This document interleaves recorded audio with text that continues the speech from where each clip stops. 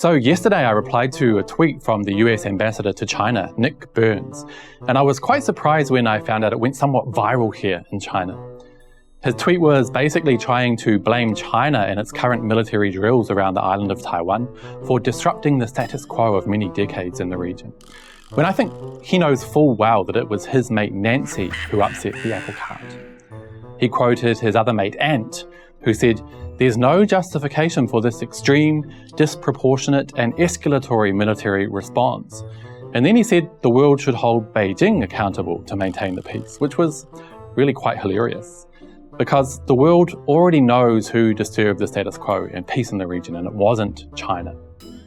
In regards to Nancy's visit to Taiwan, more than 160 countries have already expressed their condemnation of her provocation and support the One China principle. That's more than 80% of the world's population. And that's what makes this whole US schizophrenia so laughable.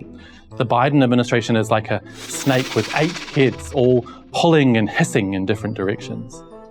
But why did my tweet go viral? Well, I'll read it. I replied to Nick and said, "Hey Nick, you can fool yourself, but you can't fool the world. It's absolutely clear that the one who threatened the status quo in the Taiwan Strait was the US and Nancy Pelosi. Back off." And here comes the killer analogy. Nancy basically farted in the elevator and then bolted out as the door was closing.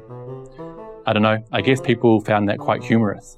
Not only because it seems entirely apt, but also because it's somewhat crass and treats US officials, including Nancy Pelosi and Ambassador Burns, as they've proven to be: spoiled, irresponsible, unreliable, untrustworthy children. They don't deserve China's respect after what Nancy did. They don't deserve to sit at the same table as the adults anymore. Nancy's visit to Taiwan, despite numerous top-level dialogues between China and the US urging her not to, will go down in history as one of the stupidest things the US government has ever done. I think Nick knows that, and that's why my reply to his tweet hit such a chord with so many people. We live in a new world today following Nancy's narcissistic breach of Chinese sovereignty.